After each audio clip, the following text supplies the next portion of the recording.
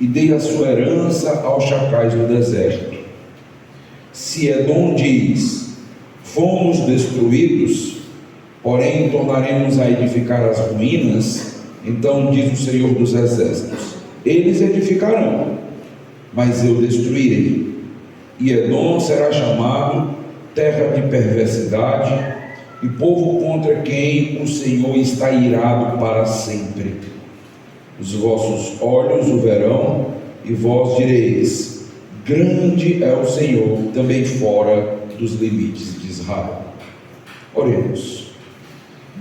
Meus amados, estamos com a tua palavra aberta e com toda a reverência possível pedimos que o teu Espírito Santo fale aos nossos corações.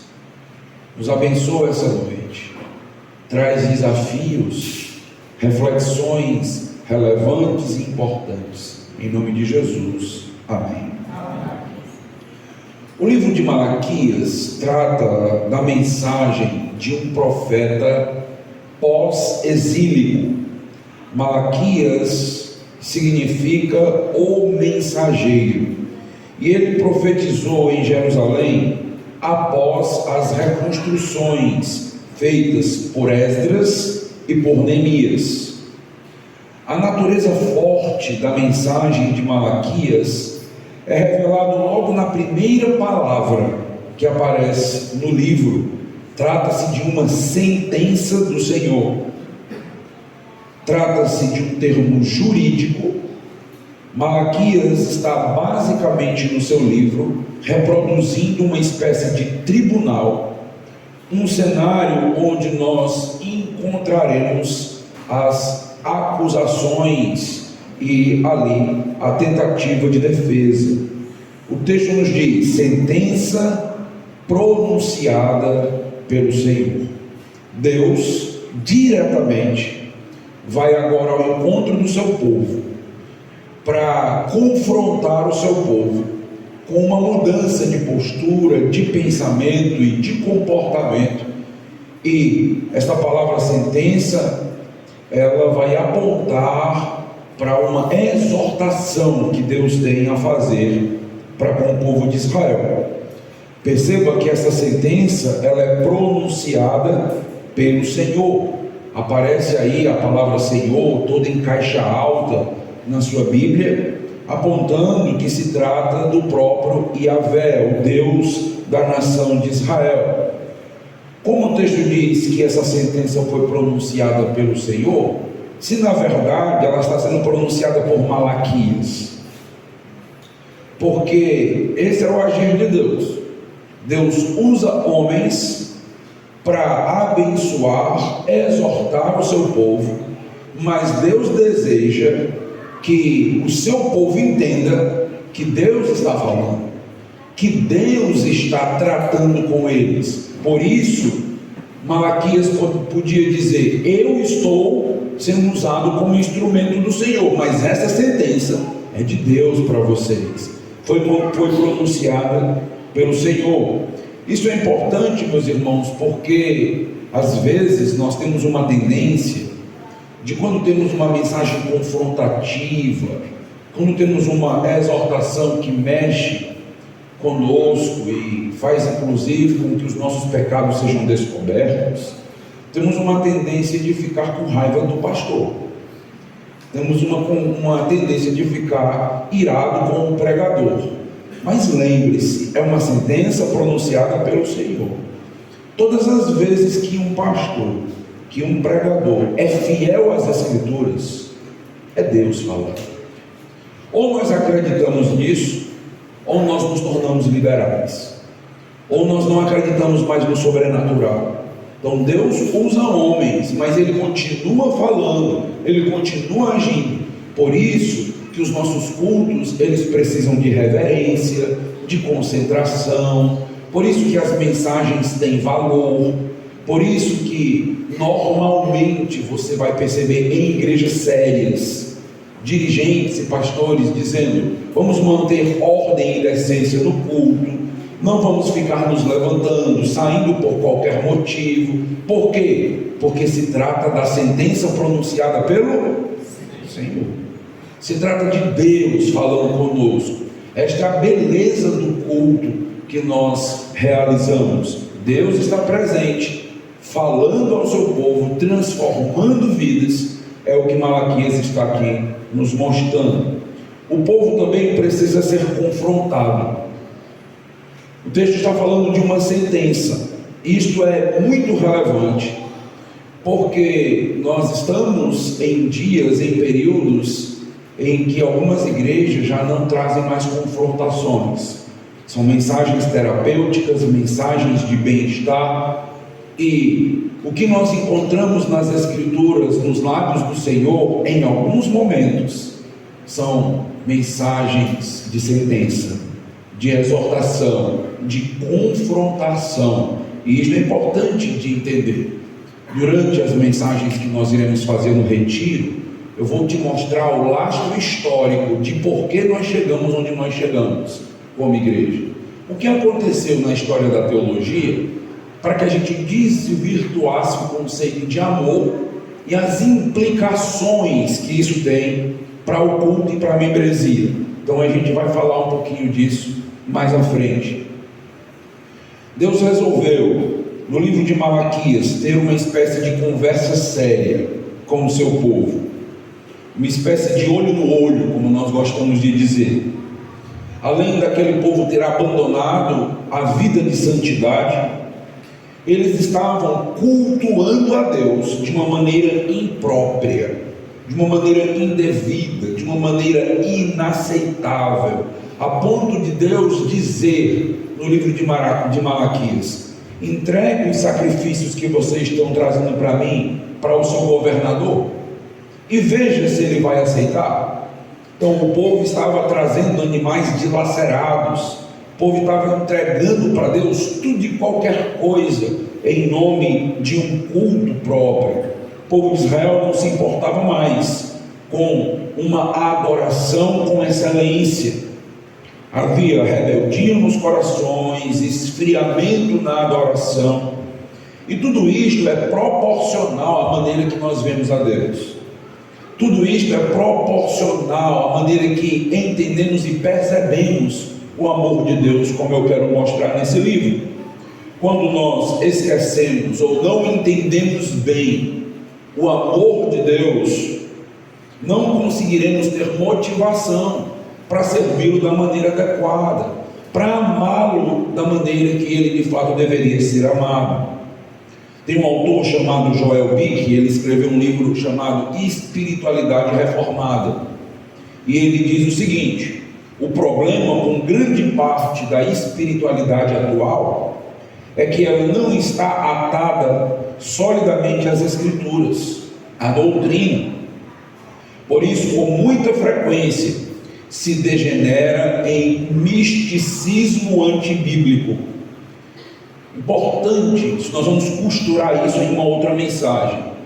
A igreja tem caído em misticismo antibíblico por falta de amor à verdade. E nós vamos perceber quantos textos falam que amar é viver a verdade, é obedecer à verdade, é estar sujeito aos mandamentos. Nós iremos perceber. Malaquias então começa seu livro com uma sentença, mas logo em seguida, no versículo de número 1, Malaquias, de maneira surpreendente, faz uma declaração de amor. No versículo de número 2, nós temos: eu vos tenho amado, diz o Senhor. Eu vos tenho amado. Isso nos mostra que exortação, confrontação, não necessariamente é sinal de falta de amor. Deus não está perseguindo o seu povo, Deus está amando o seu povo quando disciplina o seu povo. E nós vamos falar sobre isso também. Nós vamos falar durante esses dias sobre a disciplina como uma evidência do amor e zelo da igreja por seus membros e por Deus. Importantíssimo conversarmos mais sobre esses assuntos. Porque parece que quando a igreja disciplina um membro, é porque ela não ama o membro, ela não tem paciência com o membro. Mas não é isso que nós vemos nas Escrituras. O próprio Deus exorta, traz uma sentença contra o povo de Israel, e logo no versículo 2 nós temos o texto dizendo: eu vos amo. É porque eu vos amo que eu vos exorto. É porque eu amo ao meu povo que eu estou trazendo uma sentença para que o povo possa repensar sua postura. Então, em Malaquias nós temos a grande evidência do amor de Deus. Um amor, meus irmãos, que é evidenciado na sua maneira de tratar e lidar com o seu povo. É tão interessante o amor de Deus pronunciado aqui, que acaba nos lembrando que, apesar de todo o pecado do povo, apesar do povo tratar Deus como um qualquer, apesar da falta de seriedade daquela nação, Deus ainda olha para eles e diz: eu te amo. Nós nos perguntamos: o que é isso? É isso, meus irmãos, que Paulo vai dizer em 2 Coríntios capítulo 5, versículo 14, quando ele nos diz que o amor de Cristo nos constrange. Porque apesar de quem nós somos, o que nós ouvimos de Deus é: eu te amo, eu estou cuidando de você, eu estou com a minha destra a teu favor, para te reformar, para que você possa se desenvolver e amadurecer. No versículo 2 de Malaquias, então, nós temos: eu vos tenho amado, diz o Senhor. Malaquias está basicamente dizendo para o povo: Deus ama vocês. O que vocês estão fazendo? Por que vocês estão reagindo assim? Por que vocês estão adorando a Deus desta forma? Por que vocês se comportam assim? Deus ama a sua nação, Deus ama o seu povo. Por que estamos reagindo de uma maneira tão estranha ao amor de Deus? É o entendimento deste amor que vai fazer com que nós tenhamos a motivação adequada para adorá-lo e viver em santidade. É justamente quando eu não consigo perceber de maneira adequada o amor de Deus, quando eu não consigo entender o tamanho do privilégio que recebi, que nós começamos a cair na cilada de descontentamento, insatisfação, murmuração, uma vida cristã sem cor, sem piedade, sem palpitação. Deus declarou para Israel o seu amor: eu vos tenho amado, diz o Senhor. E o que acontece normalmente quando nós ouvimos uma declaração de amor? Pense em um casal. Quando um dos cônjuges declara o seu amor, o que normalmente nós ouvimos? A contraparte, uma resposta no mesmo nível. A ideia basicamente seria: Deus está dizendo que ama o seu povo, e o povo deveria se prostrar em adoração e dizer: nós também te amamos, Senhor, nós também te amamos. Mas o que acontece com um coração frio, com um coração que está imerso no pecado e que já perdeu a visão espiritual? Se você olhar no versículo número 2, você vai perceber que após Deus afirmar o seu amor, você vai encontrar no versículo 2 uma pergunta: mas vós dizeis, em que nos tem amado? Deus está dizendo: eu amo vocês, e o povo está dizendo: ama? Nós não vemos esse amor, nós não percebemos esse amor, cadê esse amor? Pare por um momento, perceba esta resposta de Israel. O povo está duvidando do amor de Deus.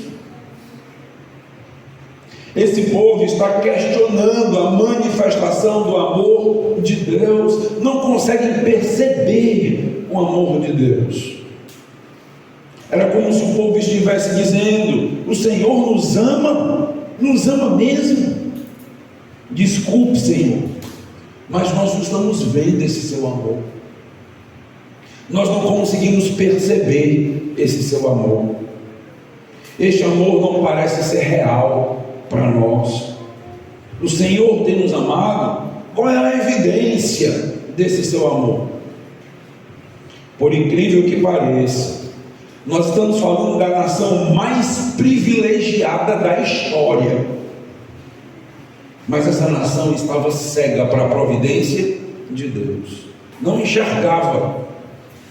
Israel estava como uma espécie de criança mimada, questionando o amor dos seus pais, mesmo quando seus pais estavam se virando nos 30 para poder fazer tudo por aquela criança.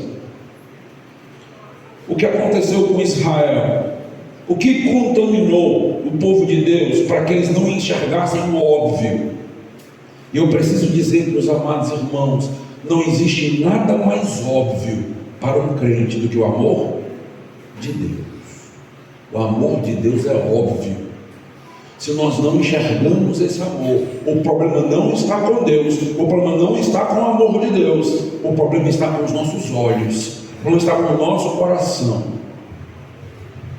Eles olharam para as circunstâncias da vida e perderam a noção. Eles fixaram seus olhos nas dificuldades e começaram então a fazer comparações. Aquelas comparações que nós conhecemos tão bem, porque às vezes nós também fazemos. Sou teu servo, Senhor, e porque eu passo tanta dificuldade, enquanto os incrédulos estão prosperando e acabam zombando do povo de Deus? Porque sou fiel e eu só colho espinhos, enquanto os infiéis corruptos parecem estar sempre sorrindo? Porque eu venho à igreja sempre, todo domingo, participo de retiros como este, te adoro,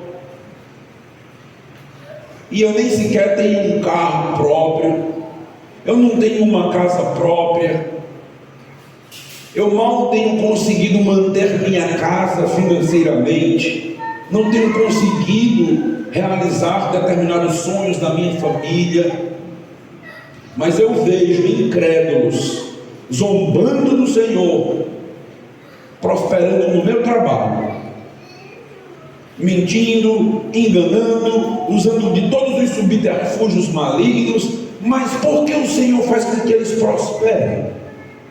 Cadê o teu amor para com o teu povo? Percebe que em alguns momentos as demandas da vida nos cegam para o amor de Deus.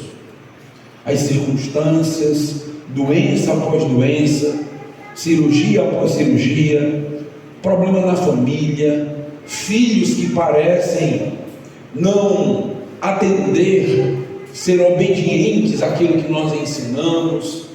Isso vai nos desgastando e vai fazendo com que nós questionemos o amor de Deus. Isso, e vai nascendo no nosso coração mais e mais uma grande interrogação: qual? Em que o Senhor nos ama? Porque eu durmo e acordo, problema é problema, canseira é enfado, problema na saúde, parece que as coisas nunca melhoram lá em casa. Cadê o teu amor, Senhor? Cadê o teu amor? O povo estava se comparando. O povo caiu nesse grande erro de se comparar materialmente. O povo caiu no erro de olhar para os bens das demais nações e dizer: as demais nações prosperam, e nós? Veja o que eles vão dizer, capítulo 2, versículo 17. Malaquias 2:17.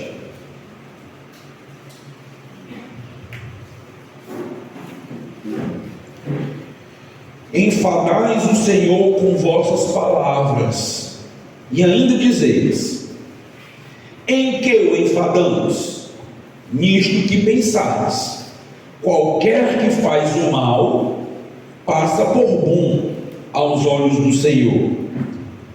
e desses é que ele se agrada. Ou, onde está o Deus do juízo? Está vendo onde estava o coração do povo? Está vendo o que é que o povo está dizendo? Deus se agrada de quem faz o mal.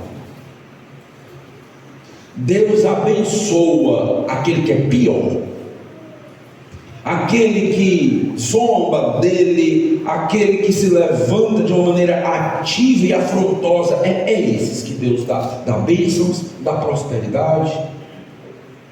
E por conta deste olhar, eles não conseguiam mais perceber o amor de Deus. O amor de Deus foi sufocado na vida deles pelas demandas do dia a dia. Avança para Malaquias 3, veja os versículos 14 e 15. Olha mais uma vez a percepção da nação. Malaquias 3, versículos 14 e 15. Vós dizeis: inútil é servir a Deus, que nos aproveitou termos cuidado em guardar os seus preceitos e em andar de luto diante do Senhor dos Exércitos.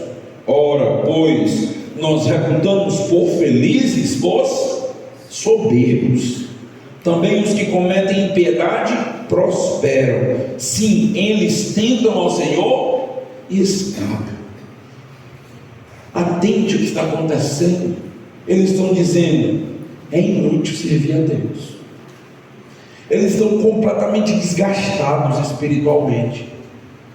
Eles estão olhando para a obra e para o serviço e dizendo: tantos anos de serviço, tantos anos de dedicação, tantos anos de empenho, o que adiantou?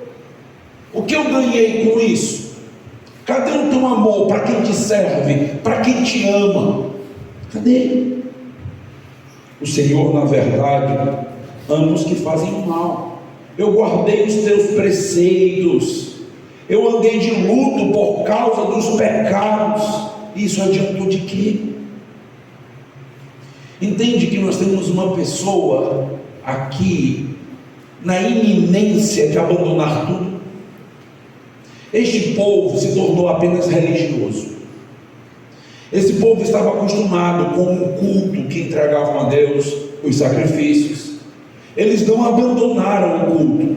É como alguém que continua vindo para a igreja todo domingo, continua sentado no banco, continua dando dízimo, mas o coração está completamente infectado, amargurado com Deus, longe do Senhor, não consegue perceber uma faísca de amor de Deus, nada.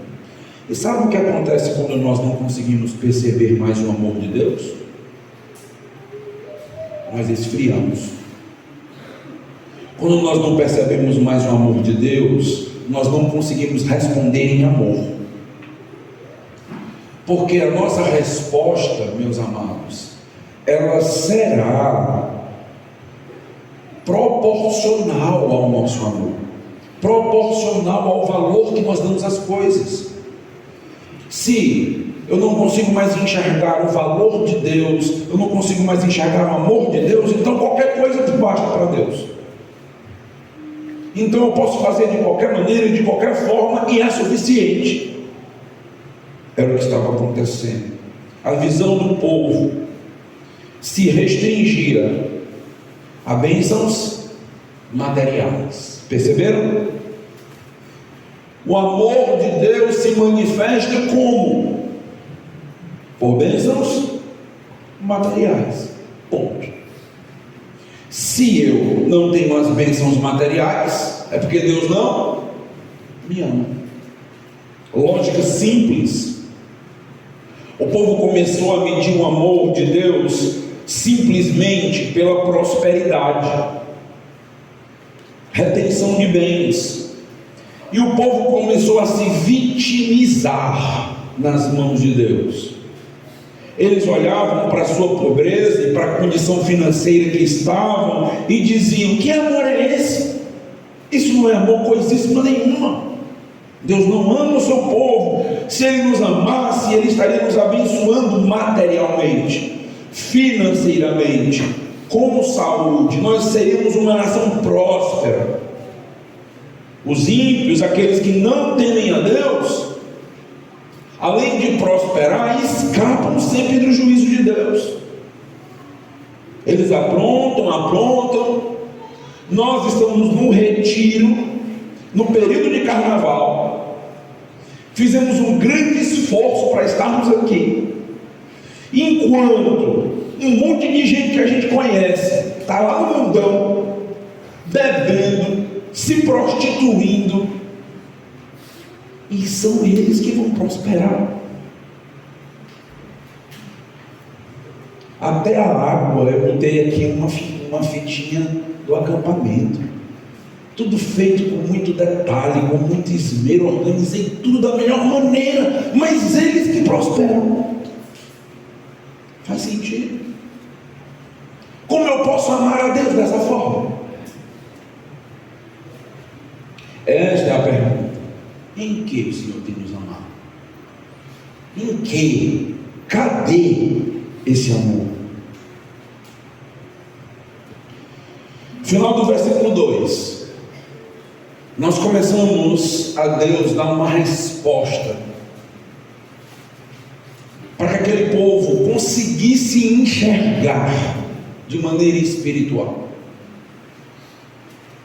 O texto nos diz: não foi Esaú irmão de Jacó, disse o Senhor, todavia amei Jacó. Versículo 3, porém aborreci a Esaú. E o texto continua falando de Edom, da nação que foi proveniente de Esaú. Deus dá uma resposta muito intrigante para aquela cegueira espiritual do povo. Deus aponta para a história de dois personagens que nós conhecemos, Esaú e Jacó, personagens que representam duas grandes nações. A nação de Jacó é a nação do povo de Deus, Abraão, Isaac e Jacó, os patriarcas, Israel. E quando nós falamos de Esaú, nós estamos falando de Edom, uma nação que inclusive foi inimiga de Deus, e que o texto vai falar da punição aqui para Edom. O que está acontecendo?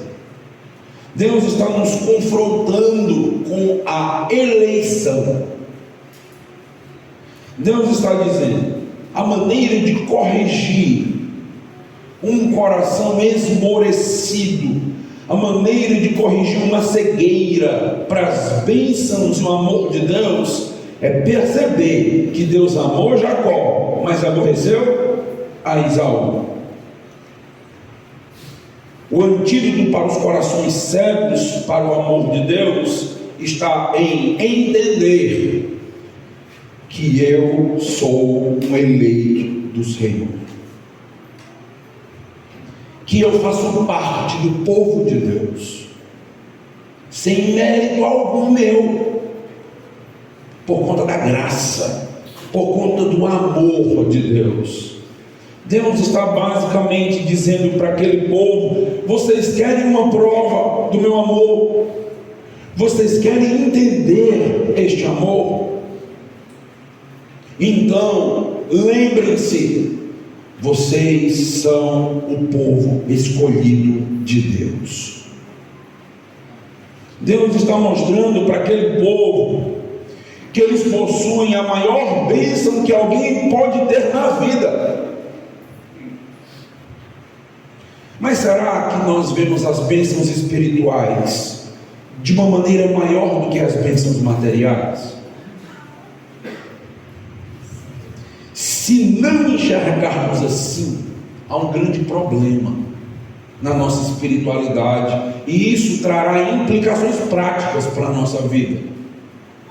Nós vamos continuar sem fervor, sem ânimo, sem amor, sem adoração, sem motivação, porque os nossos olhos só enxergam bênçãos materiais. Mas saibam que as maiores bênçãos de Deus são espirituais. Se você começa a ler o livro de Efésios, capítulo de número 1, Ele vai falar que Deus nos abençoou com toda sorte de bênçãos espirituais nas regiões celestiais em Cristo Jesus. O Senhor me ama em quê? Você vai para o céu. Você estará comigo eternamente na minha presença. E você não merecia isso. Porque você é um pecador. E todo pecador merece um juízo, merece um inferno. Mas por graça eu te salvei. Enquanto muitos outros estão caminhando a passos largos para o juízo e para o inferno. Pessoas que você até se compara. Eu te amei de maneira salvífica, eu te elegi, você é meu, você faz parte do meu povo. Deus está mostrando para aquele povo o tamanho da bênção da salvação. Deus está dizendo para Israel e para nós hoje: vocês são eleitos do Senhor, o que vocês podem querer mais? Será que um carro novo vai preencher o teu coração? Será mesmo que ter a casa própria que você sempre sonhou e sempre quis? Será que isso vai preencher o teu coração? Será que o carro novo não se torna velho? Será que a casa nova não se torna velha? E daqui a pouco nós estamos reclamando daquilo que nós recebemos materialmente. O Senhor me deu esse carro aqui, mas agora está velho, agora eu preciso levar para a oficina, aí eu já preciso de outro. As bênçãos materiais, elas são temporais, elas são circunstanciais, elas nunca irão nos preencher, porque não tem peso de eternidade. Mas nós recebemos algo que tem peso de eternidade, e é isto que vai abastecer o nosso amor por Deus. Enquanto você não se sentir completamente privilegiado por fazer parte do povo de Deus, por ser um eleito, o teu amor sempre será deficitário.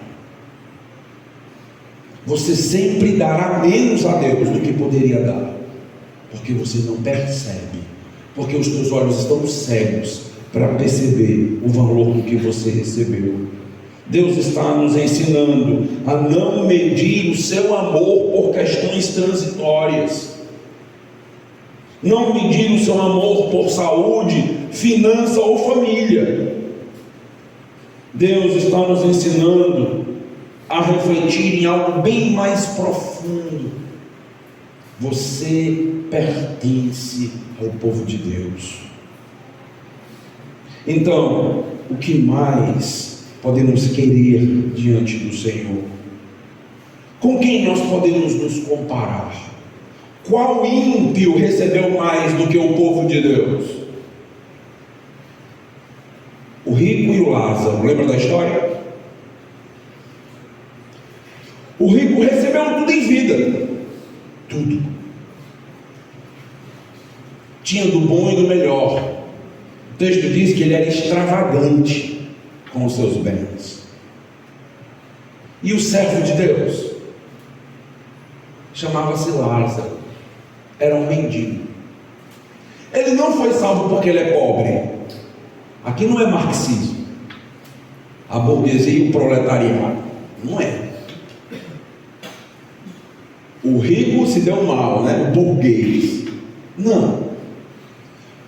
A história nos lembra que aquele homem recebeu tudo que tinha para receber na vida, mas ele era avarento. O coração dele estava no seu tesouro, a ponto de não conseguir amar ao próximo e ver alguém morrendo na sua porta e não fazia nada, não estava nem aí. E esse texto nos diz: esse coração não foi transformado. O coração daquele homem rico não tinha sido transformado. Aquele pobre chamado Lázaro, ele morre, ele vai para o seio de Abraão. E o rico? e as bênçãos, e as prosperidades, e a riqueza, e a casa luxuosa, e as Ferraris na garagem. Ai, mas ele tinha um computador Apple. O senhor não viu o iPad dele? É isso mesmo que conta? É a tua roupa de marca? É o número do iPad? É isso que conta? Deixa eu te dizer algo essa noite, para você passar a noite pensando. Se forem essas coisas que realmente contarem, a maioria do povo de Deus vai viver frustrado, desanimado, esmorecido, chegando na igreja para cantar e sem ter força na voz, e um dirigente tendo que dizer: vamos lá, meu povo, vamos cantar porque Deus merece. Aí você está aí e pensa: Deus merece mesmo? Em que Ele tem que me amar?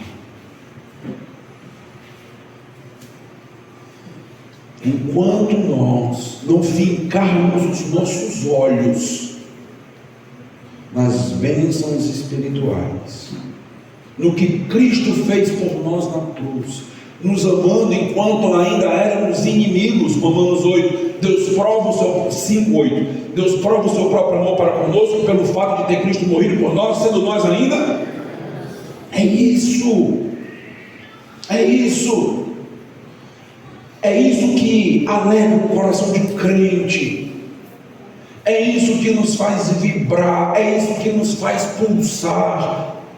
É a salvação, meus irmãos. Eu temo que, assim como o povo de Israel, as igrejas da atualidade já tenham sido picadas por esse bichinho da prosperidade, do materialismo, e a bênção da salvação já não tenha tanto valor e significado para nós. Se a gente perder de vista o amor salvífico e eletivo de Deus, não sobrará nada, não sobrará motivação nenhuma no nosso coração. Nós vamos olhar para a situação, para a circunstância e dizer: não vale a pena continuar servindo a Deus. Meus irmãos, somos o povo mais privilegiado do mundo, amém? Amém. Somos, porque nós somos o povo amado de Deus. Usando a linguagem do Antigo Testamento para Israel, somos a pupila dos olhos do Senhor, a menina dos seus olhos. Toda a riqueza junta da terra não é capaz de comprar uma única alma para a salvação. Nada. E o que fizemos para merecer esse status espiritual? O que vocês fizeram para merecer tanta glória, tanto amor? Entende por que o amor de Deus nos constrange? Perceba o seu coração. Será que somos realmente merecedores do céu? Você se acha merecedor do céu? Lógico que não. É incrível como em nenhum lugar do Antigo Testamento ensina que Jacó era mais digno do que Esaú. Lembra da história de Jacó, né? Vocês lembram quem era Jacó? A figura Jacó, o grande enganador. Deus amou Jacó e a sua descendência, apesar de Jacó. É o que acontece conosco também. A escolha de Jacó foi motivada por amor imerecido. Romanos 9, eu não vou ler o texto, eu vou só mencionar. Romanos 9, 11 a 13 diz que Deus amou Jacó e aborreceu Esaú antes deles nascerem, antes de qualquer coisa ser feita. Deus amou Jacó e aborreceu a Esaú. Jacó não era uma boa peça. Nenhum de nós somos uma boa peça. Somos boas peças. O seu próprio nome é trapaceiro. O mesmo acontece, meus irmãos, conosco. Deus nos ama por causa das virtudes do próprio Cristo, não por aquilo que Ele viu em nós. Se você lembrar de Isaías 64:6, texto que normalmente se decora quando a gente faz evangelismo, mas todos nós somos como o imundo, todas as nossas justiças como o trapo da imundícia, todos nós murchamos como a folha e as nossas iniquidades como um vento nos arrebata. Se você lembra de Romanos 3, não há quem entenda, não há quem busque a Deus, todos pecadores. O Romanos 3:2 diz: todos se extraviaram, algumas se fizeram inúteis, não há quem faça o bem, não há nenhum sequer. Somos nós. Hebreus 12:2 afirma que Jesus é o autor e consumador da nossa fé, do princípio ao fim. Por que tudo isso é importante, meus irmãos? Efésios 2, aquele texto tão famoso que você conhece, diz: pela graça sois salvos mediante a fé, e isto não vem de vós, é presente do Senhor para a sua vida, é dom de Deus para a sua vida. Eu quero encerrar essa mensagem dizendo para os irmãos o seguinte, na primeira mensagem do nosso acampamento: reflita, pense mais sobre o que aconteceu na sua vida, na sua conversão. Pense quem você seria hoje sem a salvação em Cristo Jesus. Pense nos teus sentimentos, nas tuas atitudes. Talvez muitos de nós não estivessem aqui em um retiro, talvez nós estivéssemos num bar, talvez nós estivéssemos aí em uma farra do mundo, reunido com amigos mundanos, porque, como Paulo diz lá em Efésios 2, muitos de vós foram assim outrora, mas o que Deus fez na tua vida foi extraordinário. Você se tornou uma nova criatura, com um novo coração, com uma nova mente, com um novo cântico nos lábios, preparado para um novo mundo, novos céus e nova terra. Pense no teu privilégio, pense nas bênçãos espirituais, aqueça a tua alma com a salvação. Quando os questionamentos começarem a te invadir e sufocar, quando você começar a olhar para as circunstâncias e pensar: cadê o amor de Deus? Eu não estou vendo. Vá para frente do espelho,